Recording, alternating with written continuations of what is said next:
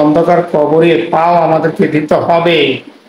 মৃত্যুর থেকে কেউ বাঁচতে পারবেন না। আজকে আপনি যত কিছু করেন না কেন, কারো অর্থ সম্পদ আপনি মেরে বিরাট বড় হয়ে যান না কেন, আপনাকে 3.5 হাত মাটির নিচে জায়গা করে নিতে হবে।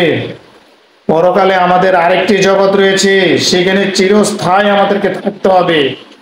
আপনি কি জানেন না এই দুনিয়া যে আমাদের অস্থায়ী দুনিয়া, এই দুনিয়া আমরা কেবল ঘুরতে আসছি, ক্ষণিকের জন্য, স্থায়ীর জন্য নয়।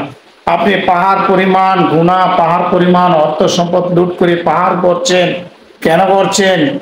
নিয়ে যেতে পারবেন 3.5 হাত মাটির নিচে? নিতে পারবেন না। তাই এখনো আল্লাহর কদমে মাথা রাখুন, তাই আল্লাহর হুকুম পালন করুন। দেখতে দেখতে আমাদের থেকে পবিত্র মাহে রমজান মাস, আজকে রোজার 27টি, চাঁদের 28 আমাদের থেকে বিদায় নিচ্ছে। একে একে দিনগুলা বিদায় নিয়েছে। আপনি এই রমজান মাসে রোজা রাখতে পেরেও রোজা রাখেন নাই, গরম গরম খাবার খেয়েছেন দিনের বেলা। এ মানুষ, এখনো ভালো হওয়ার সময় আছে।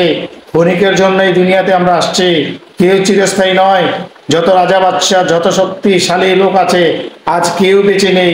আপনি আমি কেউ বেঁচে থাকবো না। তাই আল্লাহর হুকুম পালন করার চেষ্টা করুন।